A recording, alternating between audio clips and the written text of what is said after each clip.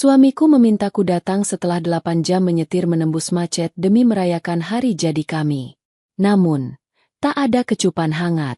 Ia dan ibu mertuaku justru menyuruhku menjaga kucing karena mereka hendak pergi bulan madu bersama wanita lain.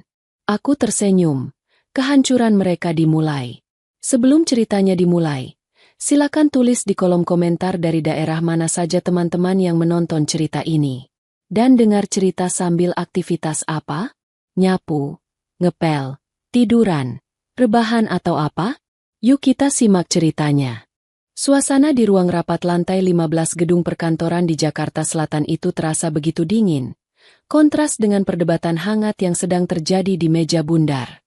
Alina, dengan setelan blazer berwarna krem yang membalut tubuh rampingnya, memijat pelipisnya perlahan. Ia baru saja menyelesaikan presentasi panjang mengenai strategi pemasaran kuartal ketiga. Sebagai seorang direktur pemasaran di usia yang masih terbilang muda, 28 tahun, beban di pundaknya tidaklah ringan. Namun, Alina selalu dikenal sebagai sosok yang tenang, cerdas, dan yang paling penting, rendah hati. Ia tidak pernah meninggikan suara kepada bawahannya, meski kesalahan fatal terjadi. Ponsel di atas meja bergetar, memecah konsentrasi Alina yang sedang mendengarkan masukan dari tim kreatif. Nama, suamiku sayang, terpampang di layar. Sebuah senyuman tipis terbit di bibir Alina. Di tengah kegilaan dunia korporat yang memeras energinya, Rian adalah tempatnya pulang, atau setidaknya, itulah yang selama ini ia yakini. Maaf sebentar, saya harus angkat ini. Penting, ucap Alina santun kepada timnya. Ia melangkah keluar menuju koridor yang sepi, menghadap kaca besar yang menampilkan pemandangan kemacetan Jakarta di sore hari. Halo, Mas? Sapa Alina lembut. Sayang, kamu masih di kantor? Suara Rian terdengar renyah di ujung sana, diiringi suara desau angin yang asing. Bukan suara bising Jakarta. Iya, Mas. Masih meeting. Kenapa? Kamu butuh sesuatu? Tanya Alina. Naluri, penyedianya langsung menyala. Selama 3 tahun pernikahan mereka, Alina memang menjadi tulang punggung utama. Rian, yang mengaku sedang merintis bisnis startup yang tak kunjung peluncuran, lebih banyak menghabiskan waktu di rumah atau meeting di kafe-kafe mahal yang tagihannya dibayar oleh kartu kredit tambahan dari Alina. Aduh, kamu ini kerja melulu. Lupa ya hari ini hari apa? Rian terdengar merajuk. Nada suara yang selalu berhasil membuat Alina merasa bersalah. Alina menjauhkan ponsel dari telinga, melirik tanggal di jam tangannya. Bukan ulang tahun Rian, bukan ulang tahun pernikahan, bukan juga ulang tahun ibu mertua. Hari apa, Mas? Maaf aku lupa. Ya ampun, Alina. Hari ini kan tepat 1000 hari kita pertama kali ketemu. Masa momen sespesial ini kamu lupa? Kamu terlalu sibuk cari uang sampai lupa sama suami sendiri. Sindir Rian. Rasa bersalah langsung menusuk dada Alina. Padahal, ia bekerja keras demi membayar cicilan rumah, mobil, dan gaya hidup Rian serta ibunya, Bu Siska. Tapi, tuduhan bahwa ia menelantarkan suami selalu menjadi senjata ampuh Rian. Maaf ya, Mas. Aku benar-benar lupa. Nanti malam kita makan malam enak ya? Aku pesankan tempat di... Nggak perlu. Potong Rian cepat. Aku sudah siapin kejutan. Aku sekarang ada di villa keluarga di puncak. Aku sudah berangkat dari tadi siang buat dekorasi kamar dan siapin makan malam romantis berdua. Cuma kita. Mata Alina membelalak. Villa di puncak? Villa itu memang milik mereka. Tepatnya, dibeli dengan uang bonus tahunan Alina 2 tahun lalu. Meski sertifikatnya atas nama Rian karena Rian bersikeras sebagai kepala rumah tangga, ia harus punya aset atas namanya demi harga diri. Di puncak. Mas, tapi besok aku ada presentasi lagi. Alina, suara Rian melembut, namun penuh tekanan. Sekali ini aja. Aku sudah capek-capek siapin semuanya. Ibu juga sudah izinin kok. Kamu ambil cuti mendadak kenapa sih? Kamu kan bosnya. Ayolah. Sayang, kapan lagi kita punya waktu berdua? Katanya mau program hamil? Kalau stres terus gimana mau jadi? kata-kata, program hamil, adalah titik lemah Alina. Ia sangat mendambakan buah hati. Rian tahu persis tombol mana yang harus ditekan. Oke, Mas. Aku coba izin ke Pak Direktur Utama sekarang. Aku langsung berangkat kalau sudah beres. Jawab Alina akhirnya, menyerah. Nah, gitu dong. Itu baru istri yang berbakti. Jangan lama-lama ya. Sayang, keburu dingin makanannya. I love you. I love you too, Mas. Sambungan terputus. Alina menarik napas panjang, menatap pantulan dirinya di kaca. Wajahnya lelah, kantung matanya sedikit terlihat meski tertutup concealer mahal. Tapi bayangan makan malam romantis di udara sejuk puncak, hanya berdua dengan Rian, seolah menjadi oase yang sangat ia butuhkan.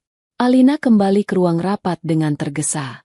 Teman-teman, saya mohon maaf sekali. Ada urusan keluarga mendadak yang sangat urgen. Rapat kita tunda besok lusa. Saya akan email detail revisinya malam ini.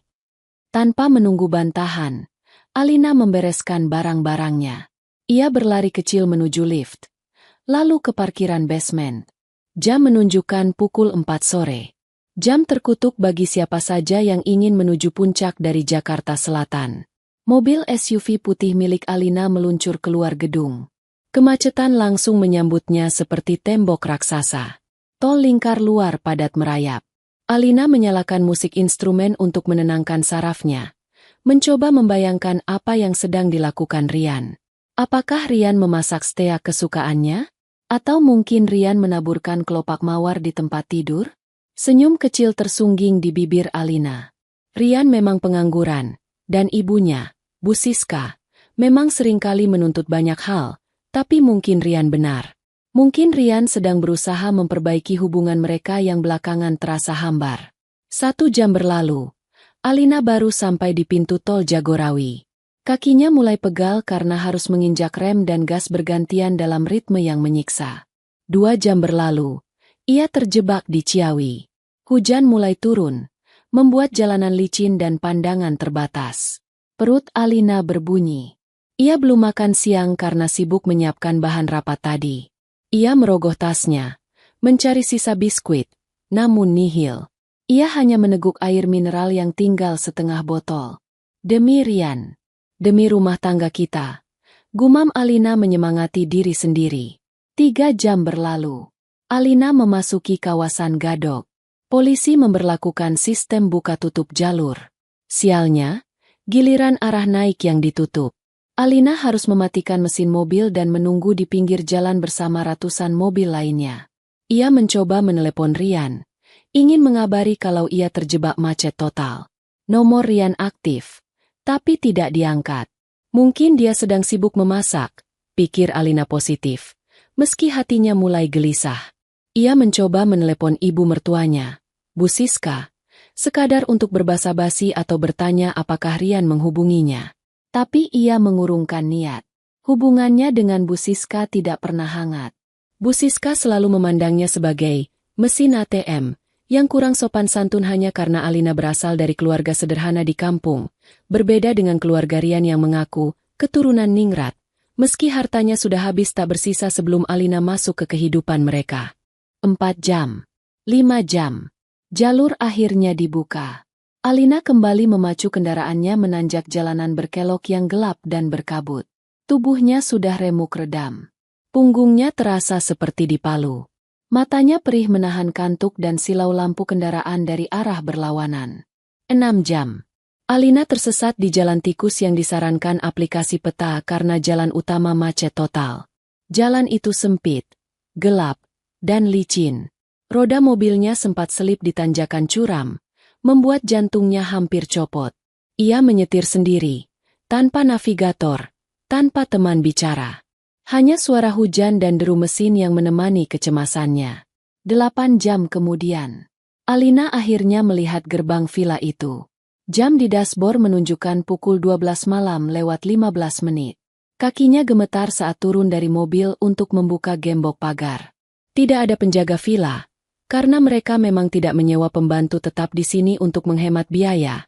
Saran dari Bu Siska yang pelit, padahal Alina mampu membayarnya. Alina mendorong gerbang besi yang berat itu sendirian di tengah gerimis. Ia kembali masuk ke mobil, memarkirkannya di halaman. Villa itu tampak gelap. Tidak ada lampu taman yang menyala.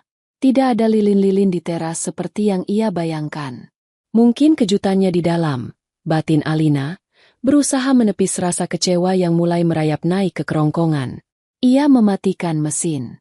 Keheningan menyergap. Hanya suara jangkrik dan rintik hujan. Tidak ada musik romantis. Dengan langkah gontai, Alina menyeret tas kerjanya. Tubuhnya lengket oleh keringat dingin dan kelelahan. Ia ingin segera mandi air hangat, lalu memeluk Rian. Ia ingin mendengar Rian berkata, "Terima kasih sudah datang, sayang." Alina memutar kunci pintu utama. Pintu terbuka. Gelap gulita. "Mas? Mas Rian?" Panggil Alina. Suaranya parau. Ia meraba dinding, mencari saklar lampu ruang tamu. Klik. Cahaya lampu kristal gantung yang menyilaukan seketika membanjiri ruangan. Alina mengerjap, mencoba menyesuaikan penglihatannya. Dan ketika pandangannya jelas, ia terpaku. Tidak ada meja makan dengan lilin. Tidak ada bunga mawar. Tidak ada aroma masakan. Yang ada di hadapannya, di tengah ruang tamu yang luas itu, adalah 5 buah koper besar berjejer rapi. 3 koper berwarna merah marun, 2 koper berwarna hitam mengkilap. Jantung Alina berdetak kencang, tapi bukan karena asmara. Firasat buruk menyergapnya. Alina berdiri mematung di ambang pintu. Tangannya masih memegang gagang pintu yang dingin. Matanya menatap nanar tumpukan koper-koper itu. Mereknya mahal, tentu saja. Karena Alina yang membelikan koper-koper itu untuk Rian dan ibu mertuanya tahun lalu saat mereka merengek minta liburan ke Bali. "Mas Rian?" panggil Alina lagi. Kali ini lebih keras, namun getar kelelahan dalam suaranya tak bisa disembunyikan. Suara langkah kaki terdengar dari arah tangga.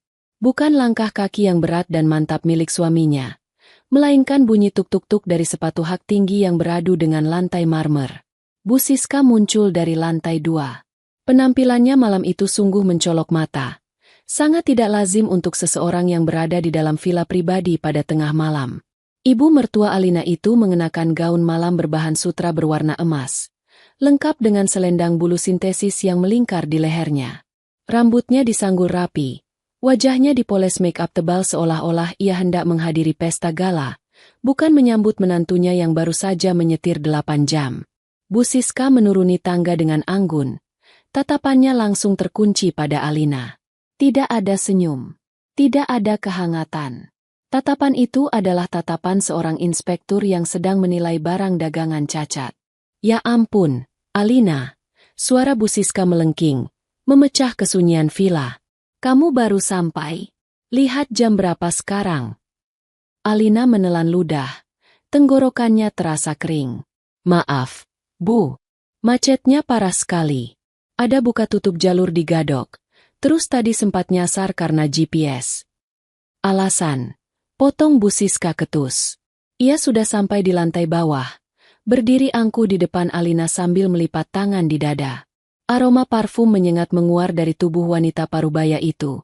Membuat perut Alina yang kosong terasa mual. "Kalau kamu berangkat lebih awal dan gak mentingin pekerjaan kamu yang gak seberapa itu, kamu gak bakal kemalaman. Kamu tahu gak? Kita sudah nunggu lama sampai ngantuk." Alina mengernyit bingung. "Kita? Mas Rian mana, Bu?" Katanya mau anniversary. "CK." Bu Siska berdecak. Matanya menyapu penampilan Alina dari ujung kepala sampai ujung kaki. "Lihat dirimu. Kusut, berminyak, bau asap knalpot. Apa pantas seorang istri menemui suaminya dengan tampang gembel begini? Pantas saja Rian sering ngeluh bosan lihat kamu." Kata-kata itu menghunjam tepat di ulu hati Alina. Ia baru saja bertarung dengan jalanan selama 8 jam, menahan lapar dan lelah, hanya untuk dihina fisiknya begitu sampai. "Bu, saya baru pulang kerja. Langsung nyetir sendiri ke sini." Alina mencoba membela diri. Suaranya bergetar menahan tangis. "Sudah, jangan cengeng. Nggak usah drama." Bu Siska mengibaskan tangannya seolah mengusir lalat. "Simpan air matamu itu. Rian ada di belakang. Lagi siap-siap sama Bella. Bella. Alina mengulang nama itu. Keningnya berkerut.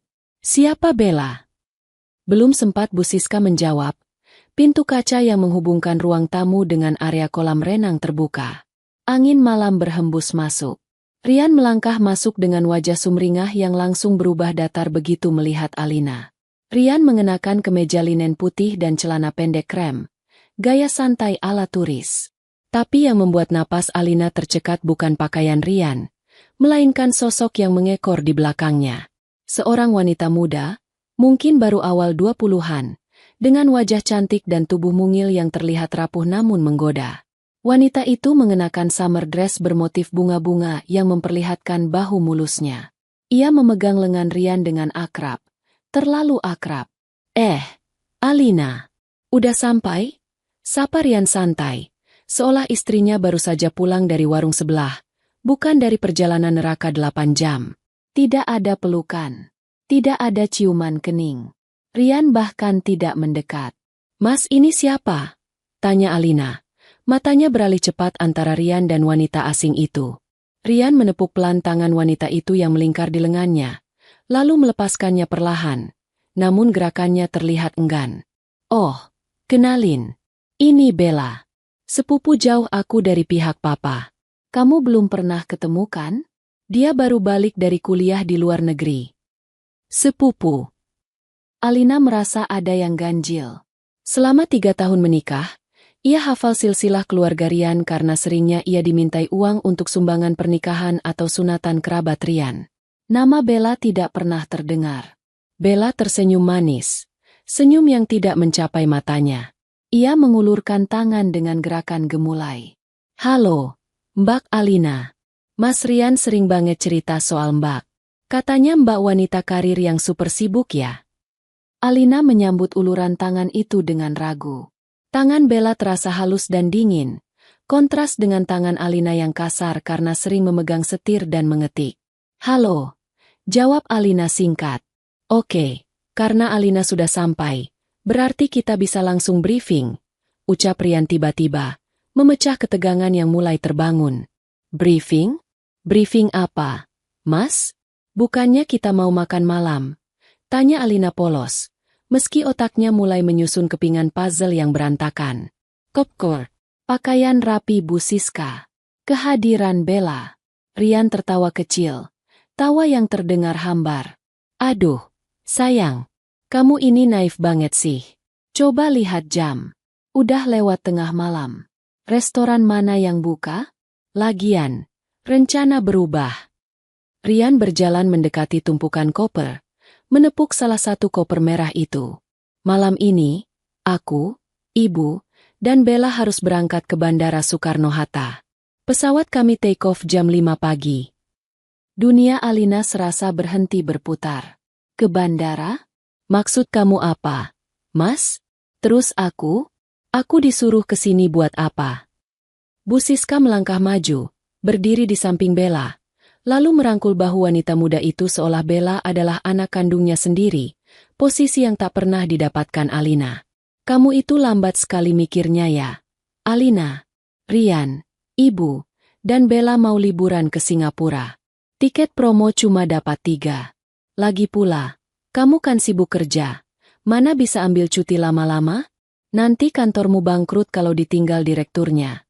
Sindir Bu Siska dengan nada mengejek. Liburan? Ke Singapura? Tanpa aku.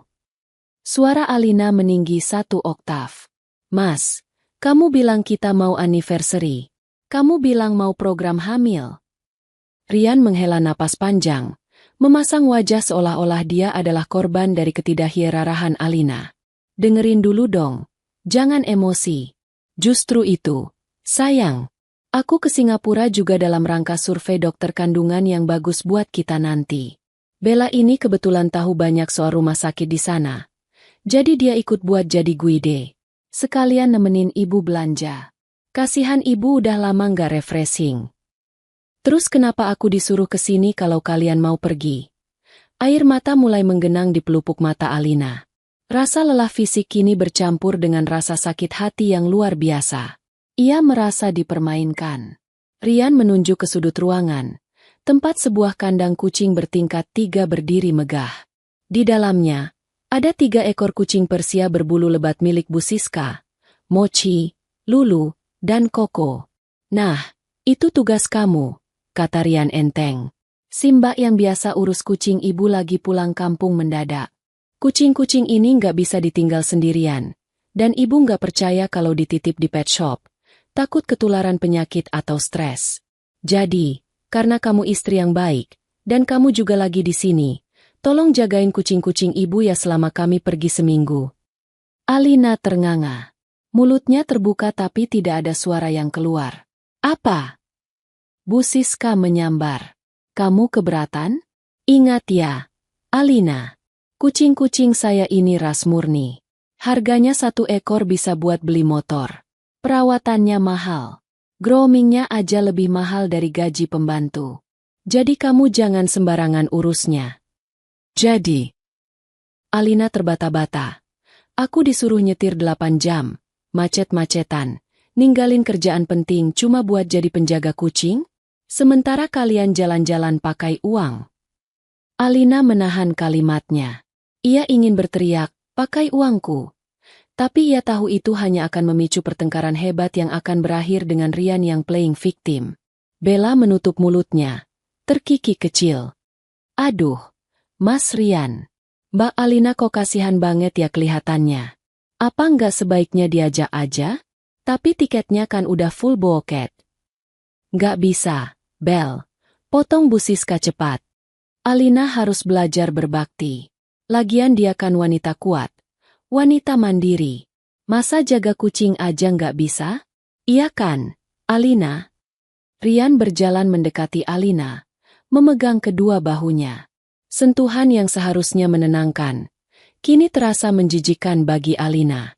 Sayang, tolong ngertiin ya. Ini darurat. Kucing ibu nggak ada yang jaga. Kamu kan bisa kerja remote dari villa sini. Udaranya segar. Bagus buat otak kamu. Anggap aja ini workation. Oke. Rian tersenyum. Senyum manipulatif yang selama ini berhasil membodohi Alina. Nanti aku belikan oleh-oleh tas branded deh dari sana. Randy. Alina menatap mata suaminya. Di sana, ia tidak menemukan cinta. Ia hanya melihat keegoisan yang begitu besar. Rasa lelah yang tadi menghimpit tubuhnya perlahan berubah menjadi sesuatu yang lain. Sesuatu yang dingin dan keras di dalam dadanya. Ia menatap Bu Siska yang memandangnya remeh. Ia menatap Bella yang tersenyum penuh kemenangan di balik wajah polosnya. Dan ia menatap koper-koper yang dibeli dengan keringatnya sendiri. Baik, ucap Alina pelan, hampir berbisik. Nah, gitu dong, seru Rian girang, melepaskan tangannya dari bahu Alina. Itu baru istri Rian. Ya udah, kamu istirahat Gih. Kami mau loading koper ke mobil taksi online yang sebentar lagi datang. Mobil kamu nggak usah dipakai antar kami ya. Kamu kan capek. Sebenarnya, Rian tidak meminta diantar bukan karena peduli Alina capek. Tapi karena di mobil taksi nanti dia bisa bebas bermesraan dengan Bella tanpa dilihat Alina.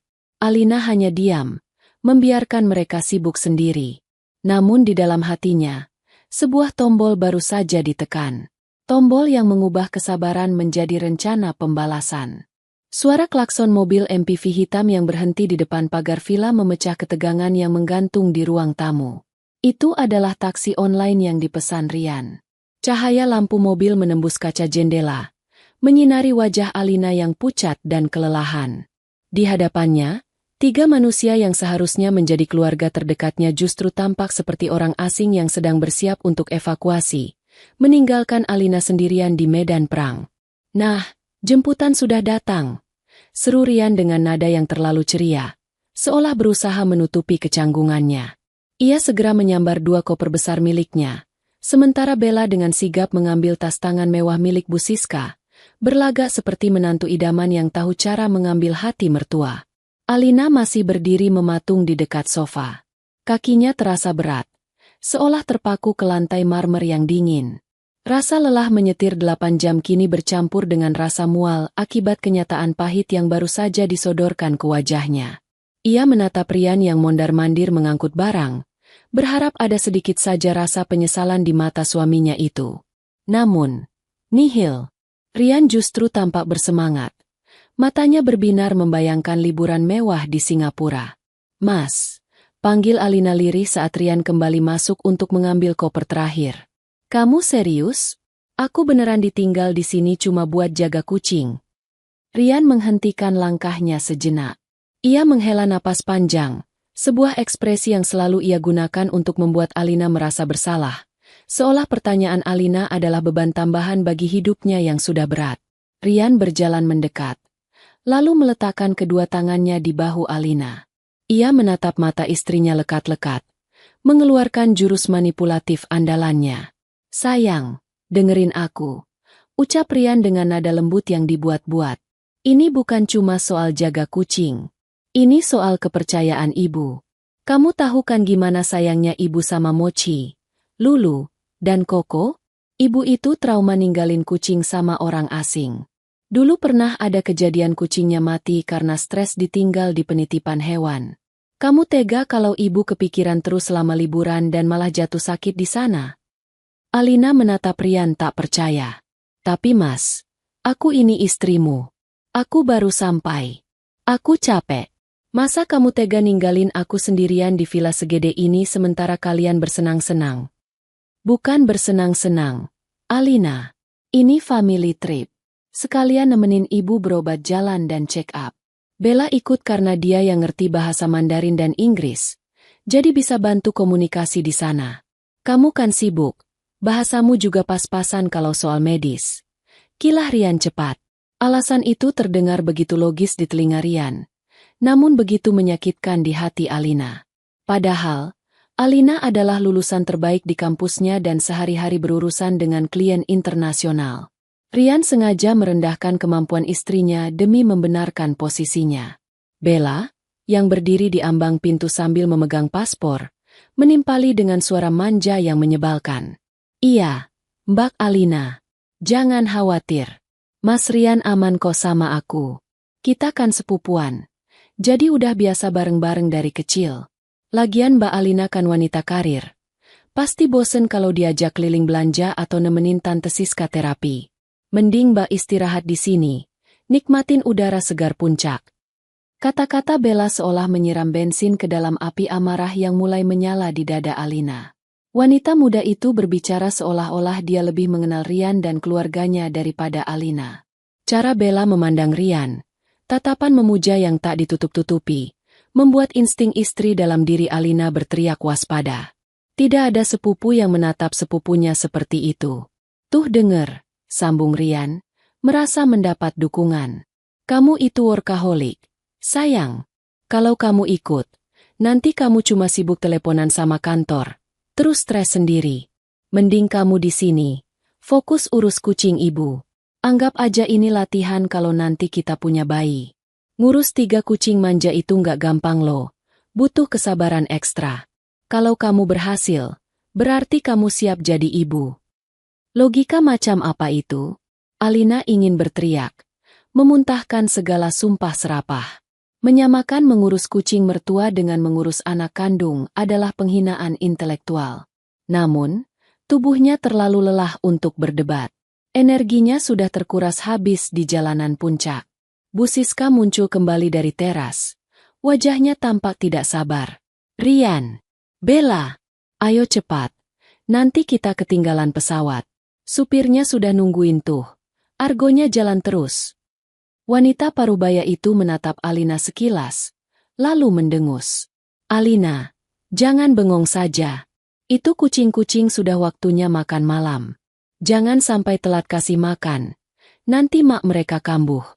Ingat, Mochi nggak suka kalau makanannya nggak diaduk rata sama vitamin gel. Tanpa menunggu jawaban Alina, Bu Siska berjalan keluar dengan angkuh. Ia sama sekali tidak peduli apakah menantunya sudah makan atau belum.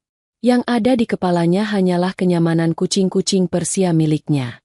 Bagi Bu Siska, kehadiran Alina di villa itu fungsinya tidak lebih dari sekadar penjaga keamanan dan babu gratis.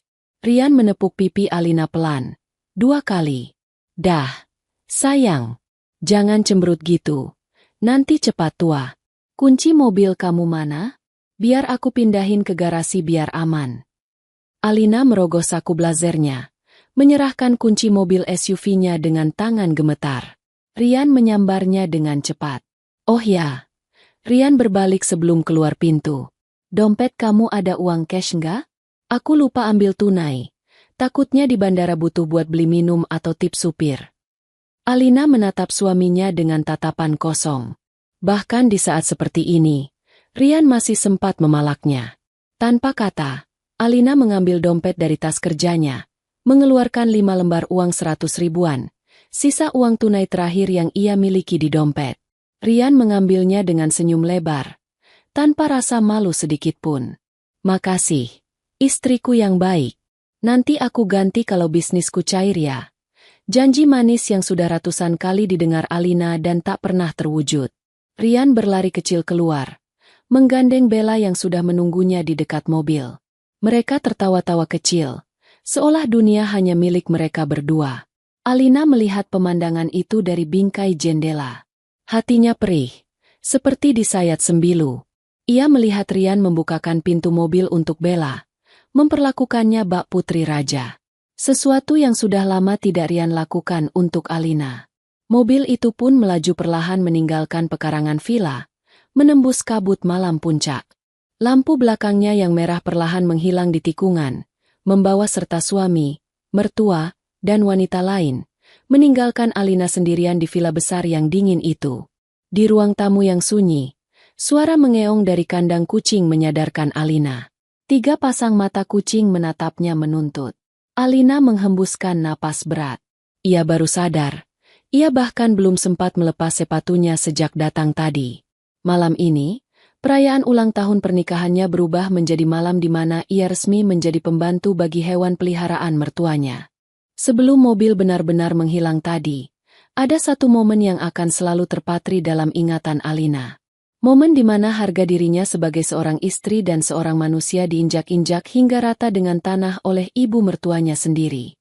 Beberapa menit sebelum mereka berangkat, Alina sempat mengejar Bu Siska ke teras. Rasa ketidakadilan yang membuncah membuatnya nekat membuka mulut meski tubuhnya gemetar menahan emosi. "Bu," panggil Alina. Suaranya serak namun tegas. "Saya rasa ini nggak adil. Saya yang bayar cicilan villa ini setiap bulan. Saya yang bayar tagihan listrik dan air di sini. Kenapa saya diperlakukan seperti pembantu? Saya lelah, Bu. Saya butuh istirahat, bukan disuruh menyisir bulu kucing." Langkah Bu Siska terhenti. Ia memutar tubuhnya perlahan.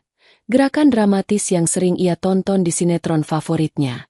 Wajahnya yang tertutup bedak tebal tampak merah padam karena tersinggung. Bagaimana mungkin menantu yang berasal dari keluarga biasa-biasa saja berani mengungkit soal uang di depannya? Bu Siska melangkah maju mendekati Alina. Jari telunjuknya yang dihiasi cincin berlian, hadiah dari Rian menggunakan kartu kredit Alina, menuding tepat ke wajah menantunya. "Heh, Alina, lancang sekali mulutmu," desis Bu Siska tajam. Matanya melotot, penuh kebencian. "Kamu pikir karena kamu yang cari uang, kamu bisa seenaknya mengatur saya? Kamu lupa kodrat kamu sebagai istri? Tugas istri itu melayani suami dan keluarga suami. Kalau Rian minta kamu jaga kucing, ya kamu lakukan. Jangan banyak protes." "Tapi saya juga manusia, Bu. Saya punya batas lelah," bantah Alina. Air mata mulai mengalir di pipinya yang kusam. Bu Siska tertawa. Tawa yang kering dan meremehkan. "Manusia? Kamu itu di mata saya cuma beruntung saja bisa nikah sama anak saya yang ganteng dan keturunan terhormat.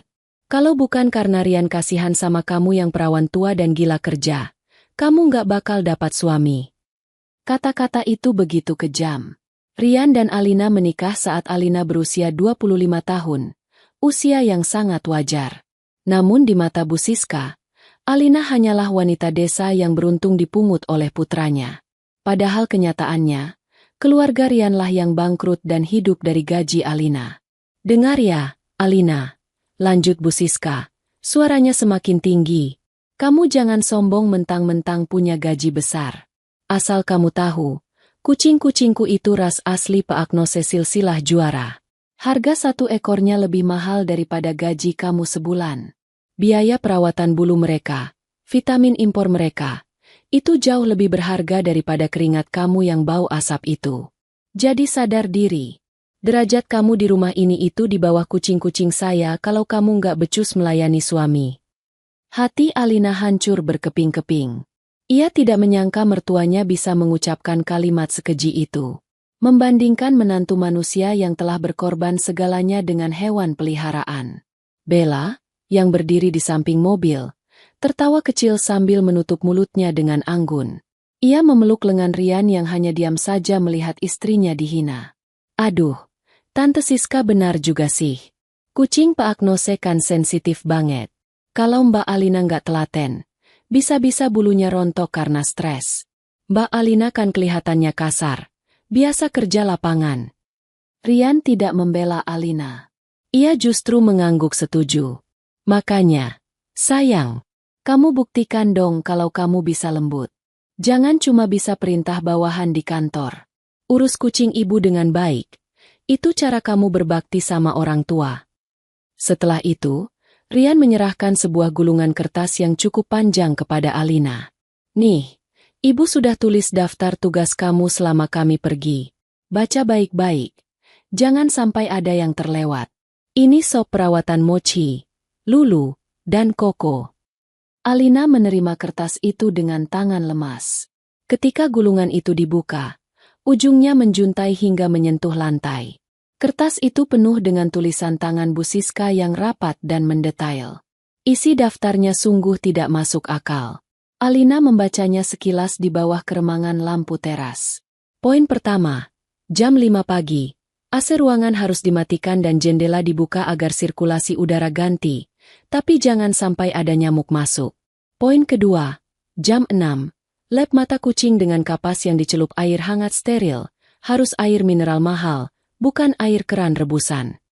Poin ketiga, sisir bulu masing-masing kucing minimal 30 menit per ekor, kumpulkan bulu rontoknya di toples kaca. Poin keempat, ajak main menggunakan laser pointer selama 45 menit agar mereka tidak obesitas. Poin kelima, putarkan musik klasik Mozart di siang hari agar psikologis kucing stabil. Daftar itu berlanjut hingga puluhan poin. Mengatur setiap detil kehidupan kucing-kucing itu dari bangun tidur hingga tidur lagi. Bahkan ada instruksi khusus tentang cara memotong kuku dan merek pasir wangi yang harus diganti 2 kali sehari. Bu Siska memperlakukan kucingnya bak raja, sementara menantunya diperlakukan lebih rendah dari pelayan. Ingat ya, ancam Bu Siska sebelum masuk ke dalam mobil taksi online. Kalau sampai aku pulang dan melihat mochi kurusan atau bulu koko kusut, kamu nggak usah panggil aku ibu lagi. Dasar menantu tak tahu diuntung. Lalu mobil itu pergi, meninggalkan debu dan keheningan yang menyakitkan. Kini, kembali ke masa sekarang di ruang tamu yang sepi. Alina masih memegang daftar tugas sepanjang 1 meter itu. Ia menatap kertas itu, lalu menatap kandang kucing yang mewah. Di dalamnya, Mochi, kucing berwarna putih itu, mengeong keras, seolah memerintah Alina untuk segera melayaninya. Namun, sesuatu yang aneh terjadi. Bukannya menangis meraung-raung meratapi nasib. Bahu Alina justru berguncang. Bukan karena isak tangis, melainkan karena tawa. Awalnya pelan, lalu semakin keras. Tawa yang terdengar getir, namun juga melepaskan beban.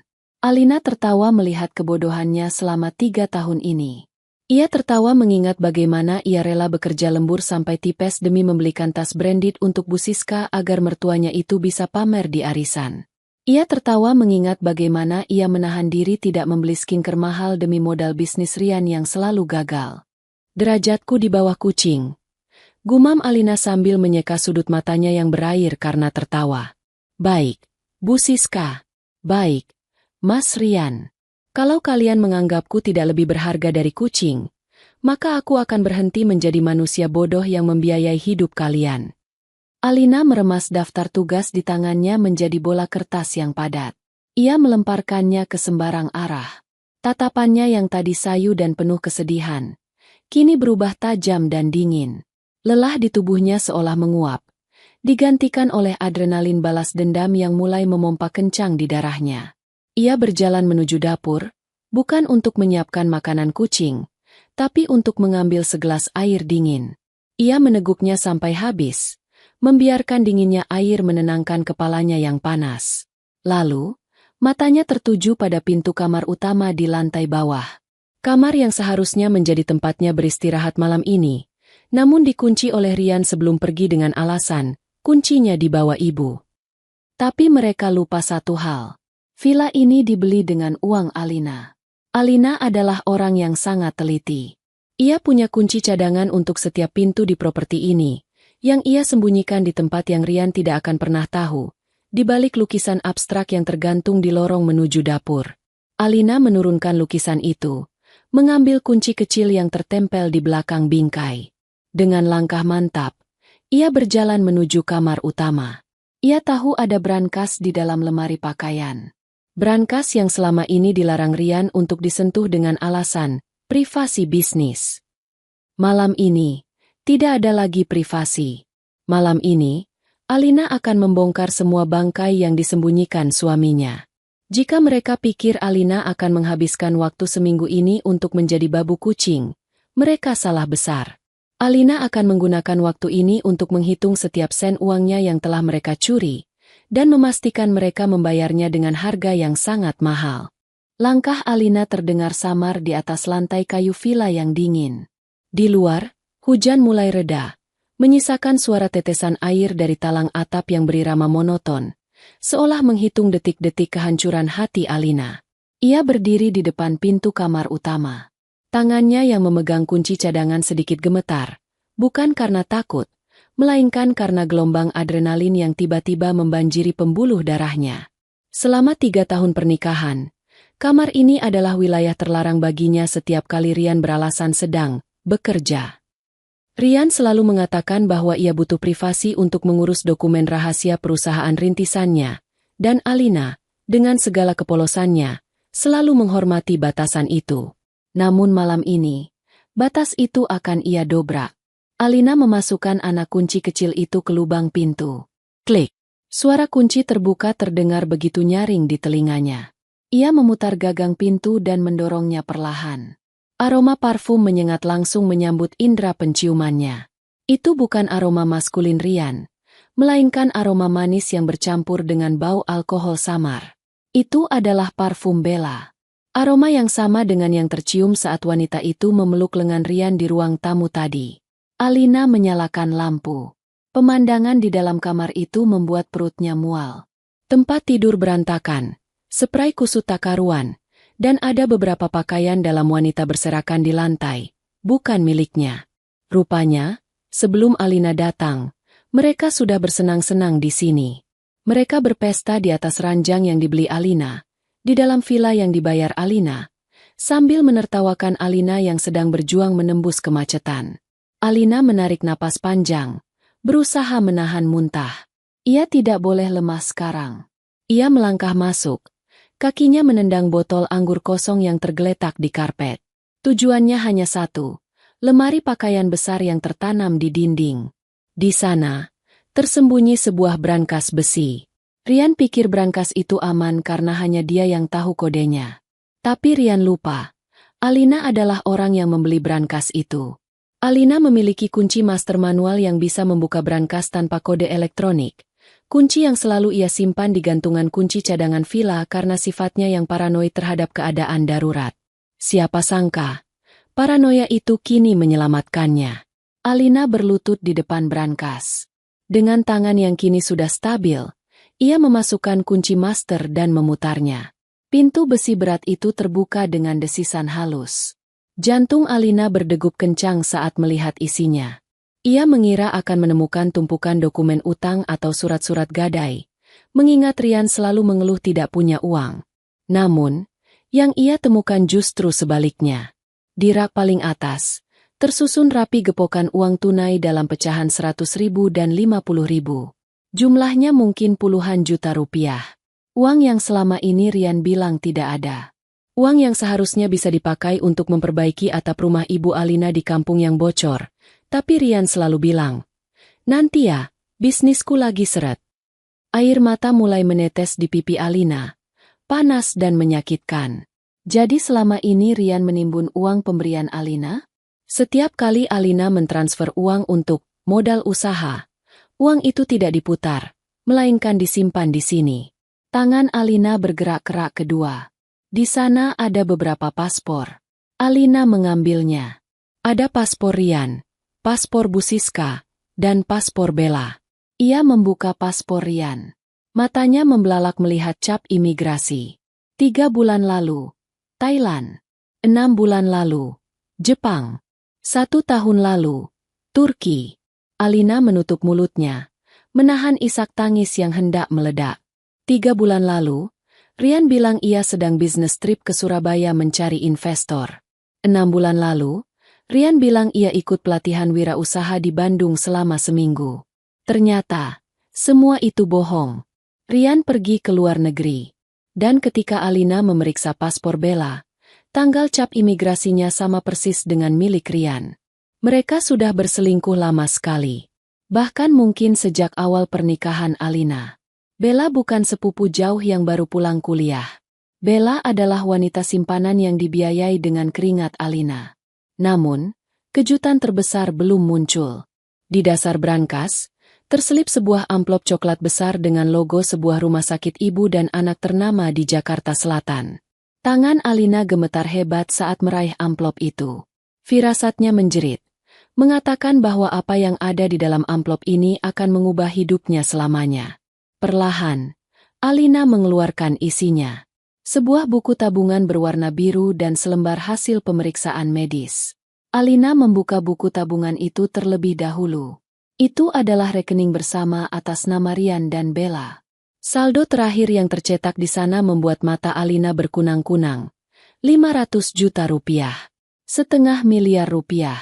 Uang itu jelas berasal dari bonus tahunan Alina yang ia berikan kepada Rian tahun lalu untuk investasi tanah, yang katanya gagal total. Rian bilang uangnya hilang ditipu makelar. Ternyata, uang itu aman tersimpan di rekening ini, menjadi dana abadi untuk perselingkuhan mereka. Alina melempar buku tabungan itu ke lantai, lalu beralih ke kertas hasil medis. Itu adalah foto USG. Hitam putih, buram, namun keterangannya sangat jelas. Nama pasien, Bella Anindya. Usia kandungan, 12 minggu. Keterangan, janin tunggal, sehat. Dunia Alina runtuh seketika. Bella hamil anak Rian. Usia kandungannya sudah 3 bulan. Ingatan Alina melayang ke 3 bulan lalu. Saat itu, Alina menangis di pelukan Rian karena haidnya datang lagi. Alina sangat ingin punya anak. Ia sudah minum berbagai vitamin, mengikuti diet ketat, bahkan rela suntik hormon yang menyakitkan. Rian saat itu memeluknya dan berkata, "Sabar ya, sayang.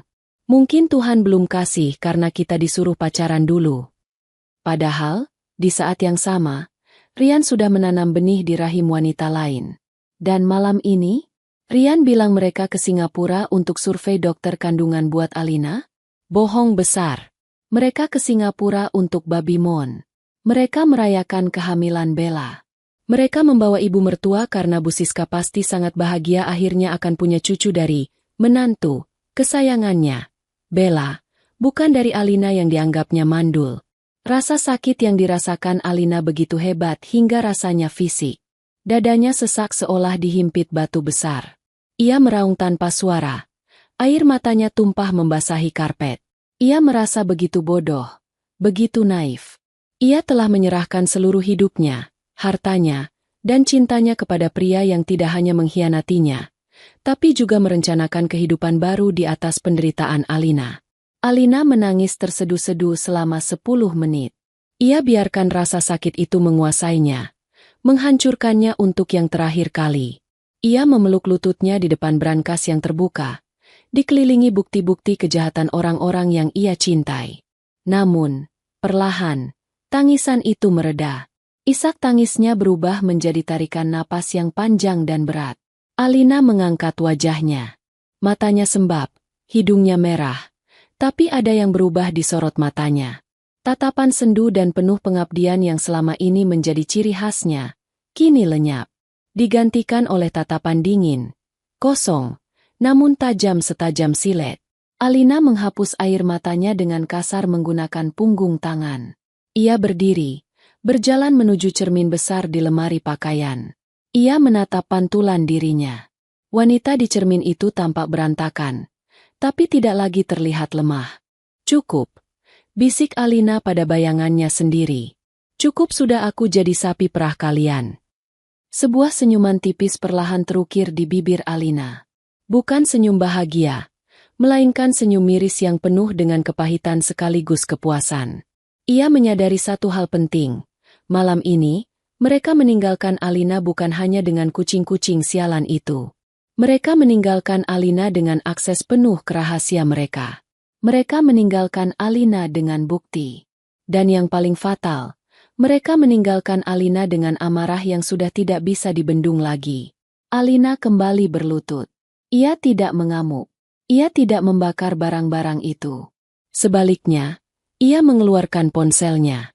Dengan tenang dan metodis, ia memotret setiap lembar bukti yang ada. Ia memotret paspor dan cap imigrasinya. Ia memotret tumpukan uang tunai.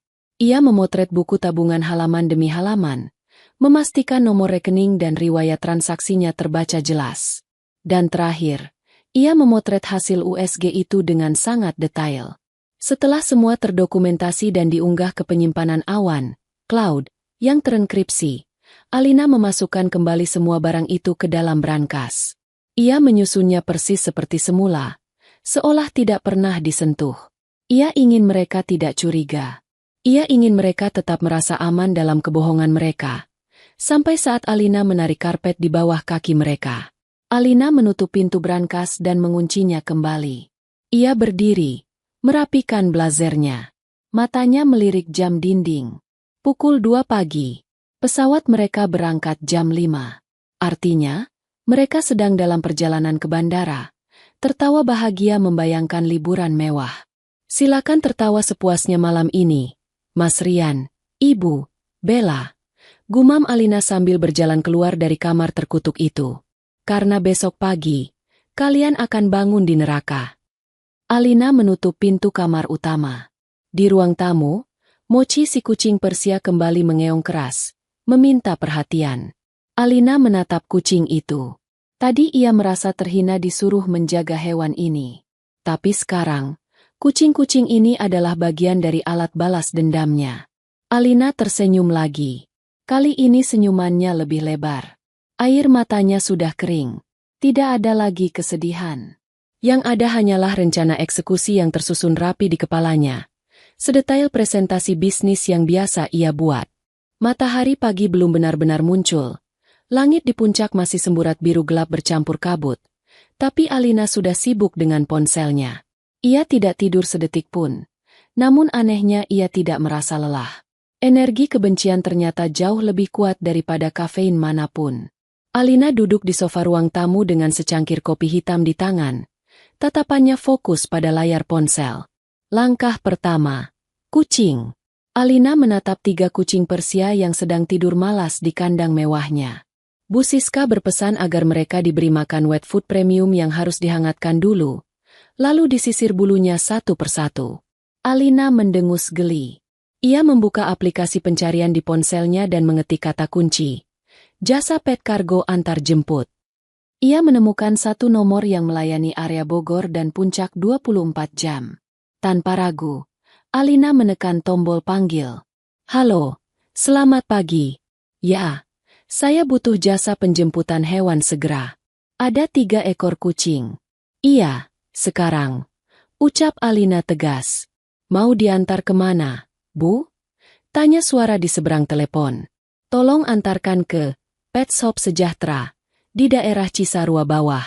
Saya tahu itu pet shop biasa, bukan yang VIP. Iya, yang kandangnya berjejer itu. Pesan paket penitipan yang paling dasar saja, kandang standar. Makanannya yang kering curah saja tidak apa-apa. Yang penting mereka hidup. Alina memberikan alamat villa. Oh ya, untuk tagihannya, Tolong kirimkan fakturnya ke alamat rumah ibu mertua saya di Jakarta. Nanti saya kirimkan detail alamatnya lewat pesan. Bilang saja ini permintaan Bu Siska untuk training mental kucingnya. 1 jam kemudian, sebuah mobil van datang. Petugas pet kargo dengan sigap mengangkut Mochi, Lulu, dan Koko yang mengeong protes karena dimasukkan ke dalam keranjang plastik biasa, bukan pet kargo ber-AC milik mereka. Alina menyerahkan kucing-kucing itu tanpa rasa bersalah sedikit pun. Selamat menikmati liburan ala rakyat jelata, kucing-kucing manis. Gumam Alina sambil melambaikan tangan saat mobil itu pergi. Tugas penjaga kucing selesai. Langkah kedua, keuangan. Ini adalah bagian favorit Alina. Ia duduk kembali, membuka aplikasi mobile banking prioritas miliknya. Sebagai nasabah prioritas, Alina memiliki akses khusus dan layanan 24 jam. Ia melihat daftar kartu kredit yang terhubung dengan akun utamanya. Ada 3 kartu tambahan, supplementary cards. 1 dipegang Rian, limit 50 juta rupiah. 1 dipegang Bu Siska, limit 30 juta rupiah.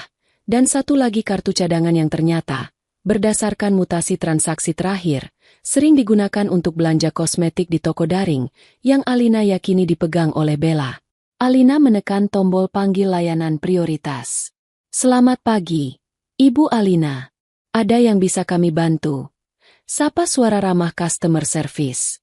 Pagi, Mbak. Saya mau melaporkan aktivitas mencurigakan. Saya rasa dompet saya tertinggal di suatu tempat dan saya khawatir data kartu kredit saya bocor. Demi keamanan, tolong blokir permanen semua kartu tambahan yang terhubung ke rekening saya. Ya, semuanya. Kartu suami saya, kartu ibu saya, semuanya. Baik, Ibu. Akan kami proses segera. Apakah Ibu ingin menerbitkan kartu pengganti? Tidak perlu. Jangan terbitkan kartu pengganti sampai saya konfirmasi ulang. Dan 1 lagi, tolong set limit transaksi harian untuk kartu debit utama yang dipegang suami saya menjadi 0 rupiah. Bekukan sementara akses rekening bersama kami dengan alasan verifikasi data. Bisa. Bisa, Ibu. Karena Ibu pemegang rekening utama, Ibu memiliki otoritas penuh. Prosesnya akan efektif dalam waktu 5 menit dari sekarang. Terima kasih. Anda sangat membantu. Alina memutus sambungan telepon dengan senyum puas. Dalam 5 menit, Rian, Bu Siska, dan Bella akan menjadi gelandangan di negeri orang. Mereka berangkat hanya membawa sedikit uang tunai, hasil palak dari dompet Alina semalam, karena mereka sangat bergantung pada kartu kredit Alina untuk belanja, makan, dan hotel.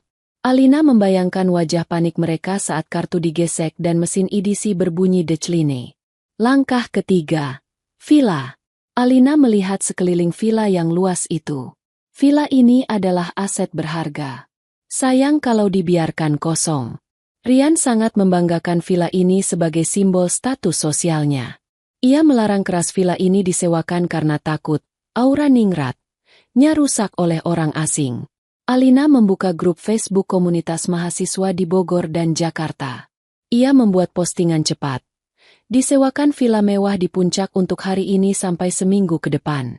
4 kamar, kolam renang, view bagus. Harga promo gila, Rp500.000 per malam, normal Rp3 juta. Siapa cepat dia dapat. Syarat, harus rombongan mahasiswa, boleh bawa alat musik, boleh pesta BBQ. Bayar cash di muka. Belum sampai 2 menit, ponsel Alina meledak oleh notifikasi pesan. Harga itu terlalu murah, tidak masuk akal, tapi itulah tujuannya. Alina memilih 1 penelepon tercepat. Seorang ketua himpunan mahasiswa yang sedang mencari tempat untuk acara makrab, malam keakraban, mendadak. Halo? Iya, serius 500.000, Mas. Tapi syaratnya kalian harus masuk sekarang juga. Kuncinya saya taruh di bawah pot bunga. Ya, saya mau pergi. Silakan pakai semua fasilitas. Mau berantakin juga nggak apa-apa. Asal jangan bakar rumahnya. Oke, ditunggu. Setengah jam kemudian, rombongan motor dan mobil bak terbuka berisi belasan mahasiswa tiba dengan heboh.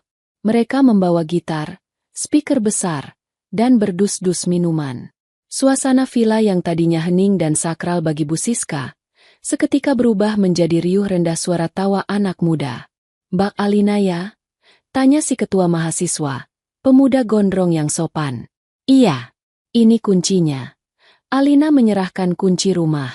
"Anggap rumah sendiri. Kalau ada tetangga protes berisik, bilang aja disuruh Pak Rian pesta. Selamat bersenang-senang." Alina menerima uang sewa itu. Hanya recehan dibanding gajinya, tapi rasanya sangat nikmat. Ia membiarkan para mahasiswa itu mulai menyetel musik dangdut koplo dengan volume maksimal. Rian pasti akan terkena serangan jantung kalau tahu, istananya dipakai untuk dangdut koplo oleh mahasiswa. Langkah terakhir, hadiah untuk diri sendiri. Alina mengambil tas kerjanya, masuk ke dalam mobil SUV-nya. Ia memandang villa itu untuk terakhir kali. Villa itu kini bukan lagi penjara baginya. Ia sudah menyerahkannya kepada kekacauan. Alina memacu mobilnya turun dari puncak. Tapi ia tidak pulang ke Jakarta. Ia berbelok ke arah sebuah hotel bintang 5 yang terkenal di kawasan Sentul. Hotel mewah yang sering ia impikan untuk dikunjungi bersama Rian. Tapi Rian selalu menolak dengan alasan, terlalu mahal.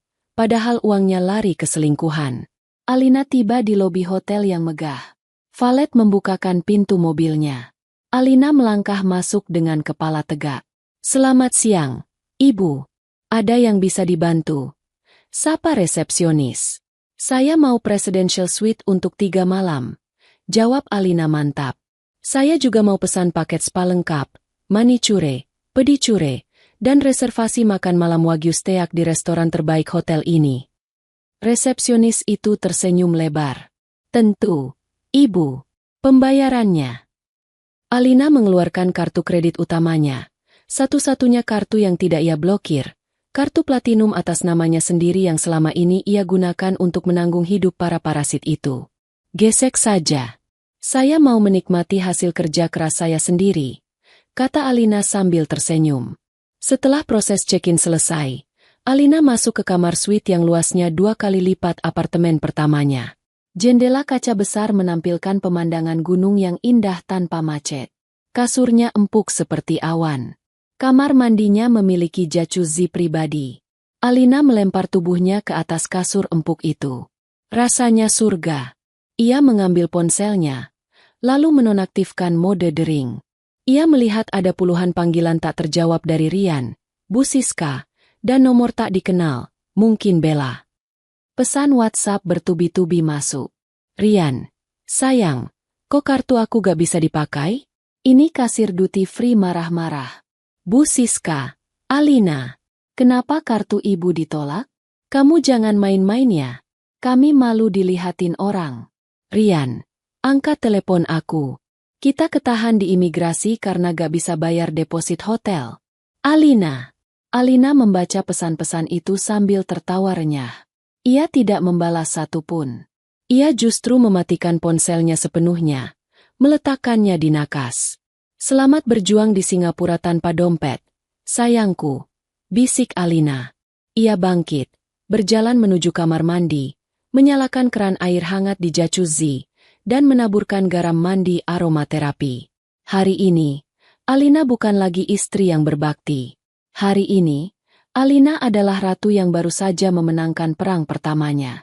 Dan ini baru permulaan. Suasana Terminal 3 Bandara Changi, Singapura, begitu megah dan sejuk. Lantai karpet bermotif bunga, instalasi seni yang memukau, dan deretan butik barang mewah bermerek internasional seolah menyambut kedatangan Rian, Bu Siska, dan Bella dengan tangan terbuka. Mereka berjalan dengan langkah angkuh, menyeret koper kabin mereka, merasa seolah-olah mereka adalah bangsawan yang sedang melakukan kunjungan kehormatan. Bu Siska berjalan paling depan. Kacamata hitam besar bertengger di hidungnya meskipun mereka berada di dalam ruangan.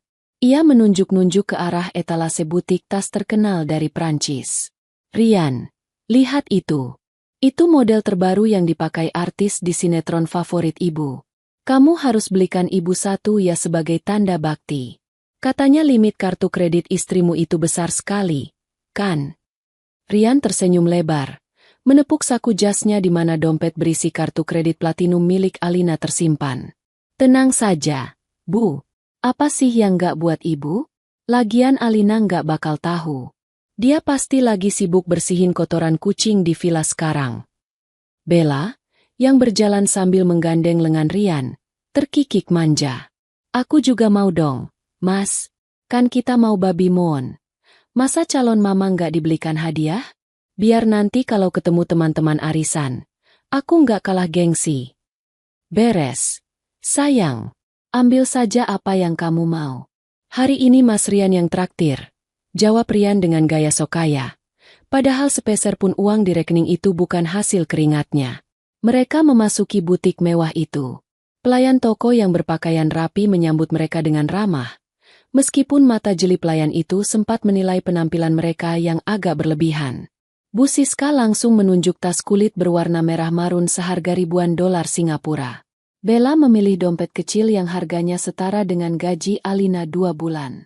Tanpa melihat label harga, Rian membawa barang-barang itu ke kasir. Dengan gaya percaya diri, ia mengeluarkan kartu kredit platinum suplementari atas namanya. Silakan, Pak. Ucap kasir sambil memasukkan kartu itu ke mesin EDC. Rian menunggu dengan senyum bangga. Membayangkan betapa hebatnya ia bisa memanjakan ibu dan kekasih gelapnya. Namun, senyum itu perlahan pudar ketika mesin EDC mengeluarkan bunyi bip panjang yang menyakitkan telinga, diikuti struk kecil yang keluar dengan tulisan, Declinet, do not honor. Kasir itu mencoba menggesek sekali lagi. Hasilnya sama. Maaf, Pak, transaksinya ditolak oleh bank penerbit. Ucap kasir itu dengan nada sopan namun tatapan matanya mulai berubah curiga. Mungkin ada masalah dengan limitnya? Apakah Bapak punya kartu lain? Wajah Rian mulai memerah. Keringat dingin sebesar biji jagung muncul di pelipisnya. Ah, masa sih? Limitnya masih ratusan juta kok. Coba lagi, Mbak. Mungkin mesinnya yang rusak. Mesin kami berfungsi dengan baik, Pak. Kartu ini statusnya diblokir. Tegas kasir itu. Bu Siska mendecakkan lidah. Merasa malu karena antrean di belakang mereka mulai panjang dan orang-orang mulai berbisik. Aduh, Rian, kamu ini gimana sih? Bikin malu saja. Pakai kartu ibu. Alina kan juga kasih ibu kartu tambahan.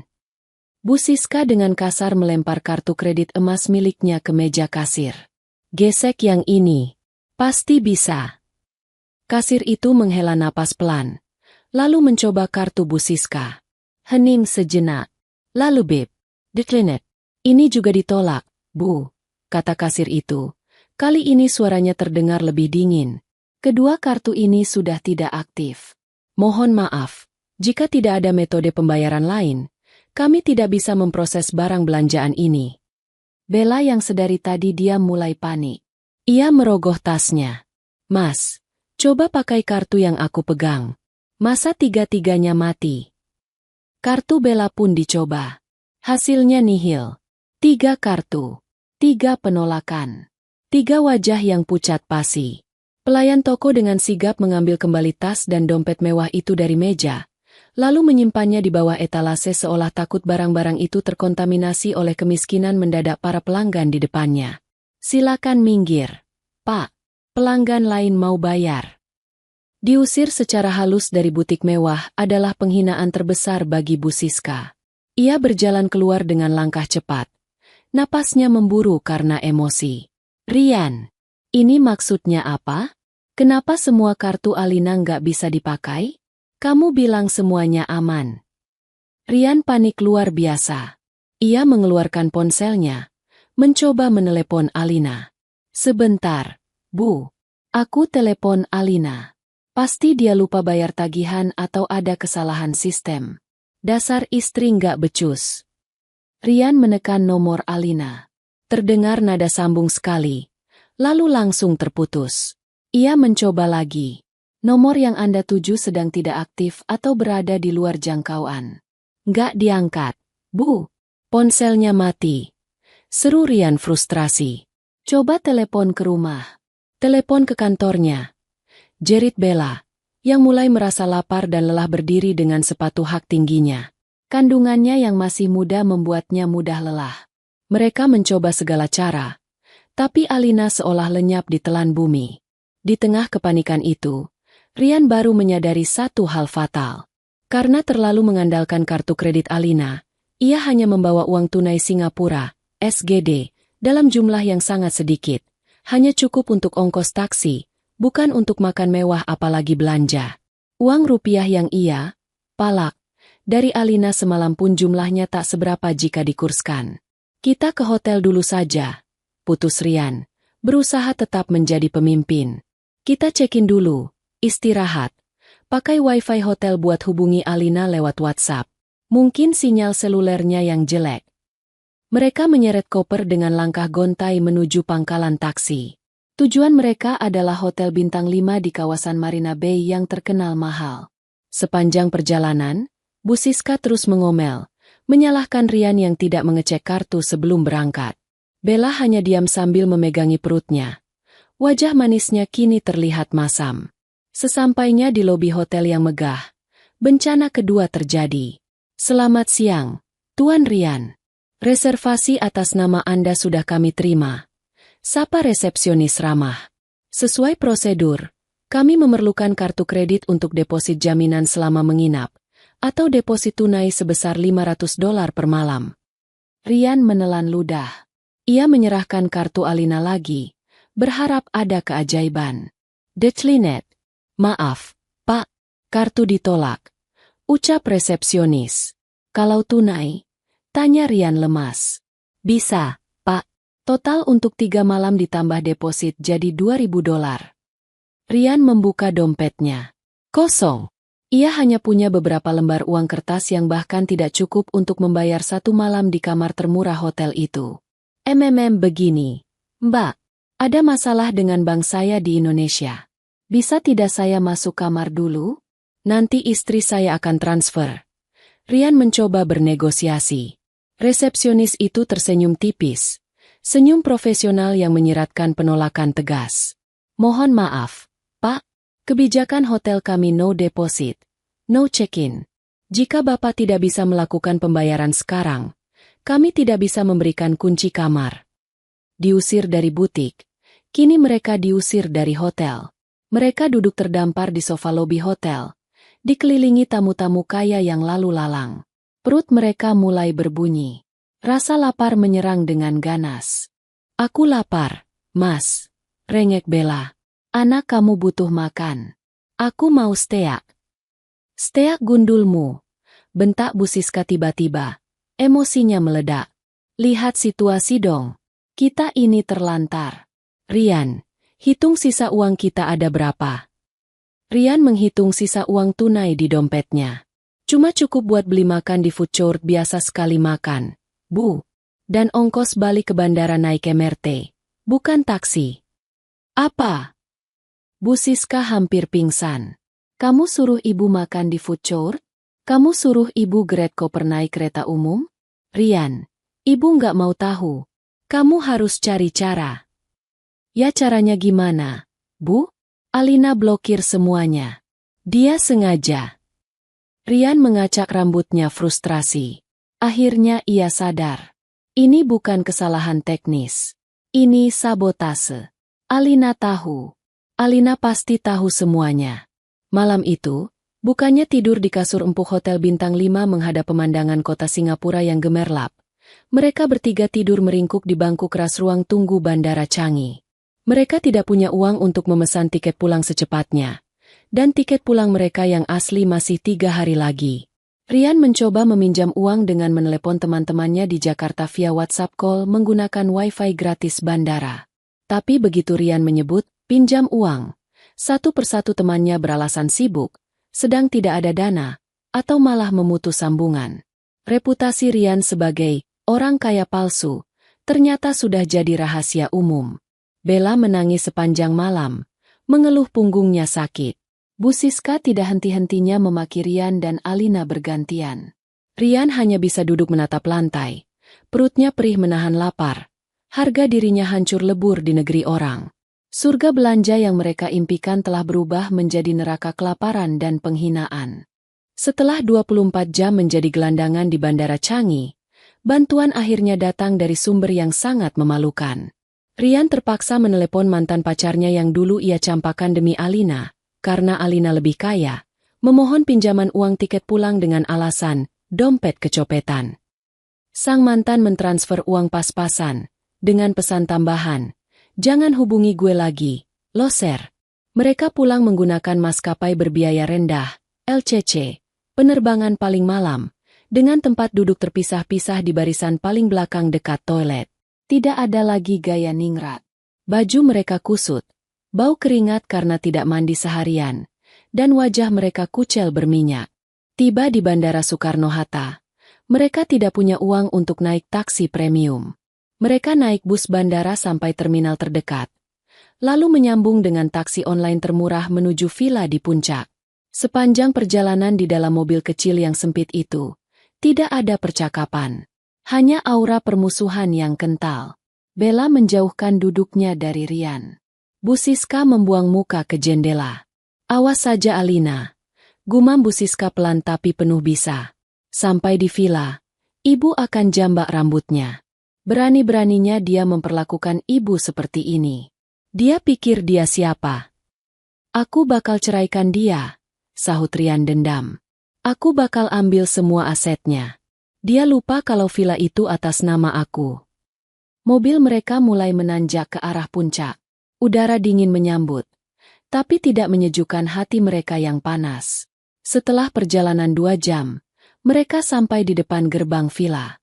Namun, pemandangan yang menyambut mereka membuat mata mereka terbelalak. Villa yang seharusnya sepi dan tenang itu kini terang benderang. Pagar terbuka lebar. Di halaman parkir, berjejer belasan sepeda motor metik dan sebuah mobil bak terbuka. Suara musik dangdut koplo dengan bass yang menggelegar terdengar sampai ke jalan raya. Asap pembakaran sate mengepul ke udara, membawa aroma daging bakar dan arang. "Apa-apaan ini?" teriak Rian. Ia melompat turun dari taksi bahkan sebelum mobil berhenti sempurna. Rian berlari masuk ke halaman. Di teras villa, sekelompok mahasiswa dan mahasiswi sedang berjoget ria. Botol-botol minuman bersoda dan kulit kacang berserakan di lantai marmer kesayangan Bu Siska. Beberapa mahasiswa bahkan sedang duduk-duduk di sofa ruang tamu sambil merokok. Padahal Bu Siska melarang keras asap rokok di dalam rumah. "Hei, siapa kalian?" Rian berteriak sekuat tenaga, mengalahkan suara speaker. Musik berhenti mendadak. Para mahasiswa itu menoleh, menatap Rian, Bu Siska, dan Bella yang tampak seperti pengemis elit yang nyasar. Seorang pemuda gondrong dengan kaos panitia maju menghampiri. "Woles, Bang, jangan ngegas. Kami penyewa resmi." "Penyewa gundulmu," pekik Bu Siska yang baru menyusul masuk. Matanya nyaris keluar melihat pot bunga anggrek mahalnya dijadikan asbak. "Ini rumah saya. Siapa yang izinin kalian masuk? Keluar. Keluar sekarang atau saya panggil polisi." Pemuda itu tertawa santai. "Loh, ibu jangan marah-marah. Kami sudah bayar lunas kok sama pemiliknya. Mbak Alina. Nih buktinya." Ia menunjukkan percakapan WhatsApp dan bukti transfer di ponselnya. "Mbak Alina bilang villa ini kosong seminggu. Kami boleh pakai buat makrab. Murah banget lagi. 500.000 semalam. Rejeki anak soleh." Tambah pemuda itu disambut tawa teman-temannya. 500.000. Rian merasa jantungnya berhenti berdetak. Villa miliaran rupiah disewakan seharga kamar kos-kosan? Alina benar-benar sudah gila. "Itu istri saya. Dia nggak berhak sewain ini tanpa izin saya." Rian mencoba maju, hendak memukul pemuda itu, tapi teman-teman mahasiswa yang lain, yang badannya lebih kekar, segera berdiri pasang badan. "Bang, kami sewa legal. Kuncinya dikasih sama Mbak Alina. Kalau abang ada masalah rumah tangga, selesaikan sendiri. Jangan ganggu acara kami. Atau kami yang lapor polisi karena abang bikin keributan di properti yang sudah kami sewa." Ancam pemuda itu. Kalah jumlah dan kalah mental. Rian, Bu Siska, dan Bella akhirnya mundur teratur. Mereka diusir dari villa mereka sendiri oleh sekumpulan mahasiswa yang sedang pesta pora. "Kita pulang ke rumah Jakarta," kata Rian lemas. Pasti Alina ada di sana. Awas dia. Mereka kembali memesan taksi online dengan sisa uang terakhir. Benar-benar recehan terakhir. Perjalanan turun dari puncak ke Jakarta terasa seperti perjalanan menuju tiang gantungan. Pukul 2 pagi, mereka tiba di rumah utama mereka di pinggiran Jakarta Selatan. Rumah minimalis 2 lantai yang selama ini mereka tempati dengan nyaman. Rian menyeret koper ke pintu depan. Ia memasukkan kunci rumahnya. Kunci itu tidak bisa masuk. Rian mencoba lagi. Memaksa anak kunci itu berputar. Lubang kuncinya berbeda. Silindernya sudah diganti. Sialan, umpat Rian. Ia menggedor pintu. Alina, buka. Alina. Tidak ada jawaban. Rumah itu gelap gulita. Mas, lihat itu. Suara Bella bergetar. Ia menunjuk ke sudut teras yang agak gelap. Di sana, tertumpuk rapi barang-barang mereka. Koper-koper berisi baju Rian, baju Bu Siska, dan barang-barang Bella yang selama ini diam-diam disimpannya di rumah itu. Semuanya sudah dikemas dan ditaruh di luar. Di atas tumpukan koper itu, tertempel sebuah amplop coklat besar dengan tulisan tebal spidol merah, untuk mantan suami ke mantan mertua. Rian menyambar amplop itu, merobeknya dengan kasar. Isinya adalah surat gugatan cerai yang sudah ditandatangani oleh pengacara Alina, lengkap dengan lampiran foto-foto bukti perselingkuhan, foto USG Bella, foto paspor, dan foto buku tabungan rahasia mereka. Bu Siska merebut kertas itu, membacanya sekilas, lalu menjerit histeris. Apa ini? Dia mau ceraikan kamu? Dia mau usir kita? Rumah ini kan? Tiba-tiba, sorot lampu mobil yang sangat terang menyorot mereka, membuat mereka silau dan menutupi mata. Sebuah mobil sport 2 pintu berwarna merah menyala. Mobil impian yang sering Rian bicarakan tapi tak pernah mampu beli, berhenti tepat di depan pagar. Pintu mobil terbuka. Sepasang kaki jenjang dengan sepatu hak tinggi turun. Itu Alina. Tapi bukan Alina yang kucel dan berminyak seperti 2 hari lalu. Alina malam ini tampak memukau. Ia mengenakan dress hitam elegan yang membalut tubuhnya dengan sempurna. Rambutnya yang baru di-blow di salon mahal tergerai indah. Wajahnya glowing sehat, dan aroma parfum mahal menguar dari tubuhnya. Ia tidak masuk ke halaman. Ia hanya berdiri bersandar di pintu mobil barunya, yang ternyata mobil sewaan kelas atas, sambil melipat tangan di dada.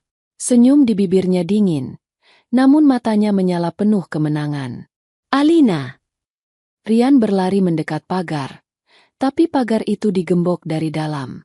Ia mengguncang pagar besi itu seperti narapidana. Buka pintunya. Kamu apa-apaan ganti kunci? Ini rumahku juga. Rumahmu. Alina tertawa renyah. Suara yang terdengar begitu merdu namun menusuk. Coba baca lagi sertifikatnya. Mas, rumah ini, villa di puncak. Mobil SUV yang aku ambil kemarin semuanya dibeli pakai uang siapa? Engkau. Dan secara hukum, karena kamu tidak punya pekerjaan dan tidak pernah nafkahin aku, pengadilan pasti akan berpihak padaku. Apalagi dengan bukti zina yang kamu lakukan sama wanita murahan itu. Alina melirik Bella yang bersembunyi di balik punggung Bu Siska. Dan Bu Siska, lanjut Alina, tatapannya beralih ke mertuanya. Kucing-kucing ibu ada di pet shop pinggir jalan di Cisarua. Tagihannya sudah saya kirim ke sini. Silakan ditebus sendiri kalau punya uang.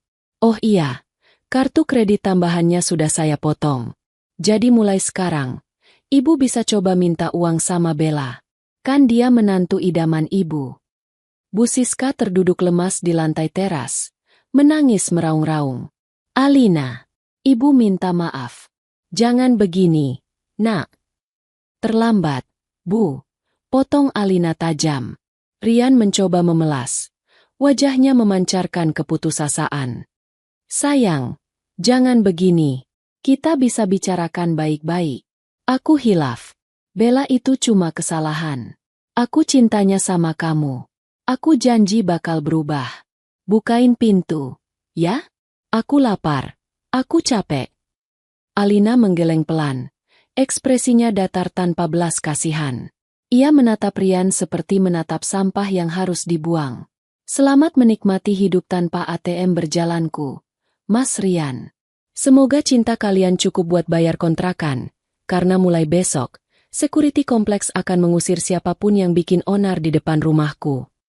Alina masuk kembali ke dalam mobil mewahnya. Ia menyalakan mesin yang menderu halus. Selamat tinggal, para parasit, ucap Alina pelan. Mobil merah itu melesat pergi menembus malam, meninggalkan Rian, Bu Siska, dan Bella yang saling menyalahkan di teras dingin, ditemani koper-koper yang menjadi saksi bisu kehancuran keserakahan mereka. Tamat.